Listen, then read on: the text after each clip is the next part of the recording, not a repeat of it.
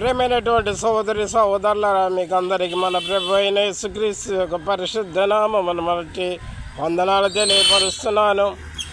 మనం దేవుని వాక్యాన్ని 2 లేఖనాలను జ్ఞానించుకుందాం. పరిశుద్ధ గ్రంథము కొత్త నిబంధన ఆత్మ సంబంధ పరిచర్యకు గ్రంథకర్త అపోస్తలుడైన పౌలు తన శిష్యుడు తిమోతికి రాసినటువంటి మొదటి పత్రిక 2వ అధ్యాయము 5వ వచనములో ఈ విధంగా రాయబడి ఉంది. దేవుడు ఒక్కడే, దేవుడు ఒక్కడే, దేవుడు ఒక్కడే, దేవునికి నరులకును మధ్య వ్యక్తియు ఒక్కడే, ఆయన క్రీస్తు యేసు నరుడు. Praise the Lord. అదేవిధంగా 2వ వచనంలో ధ్యానించుకుందాం.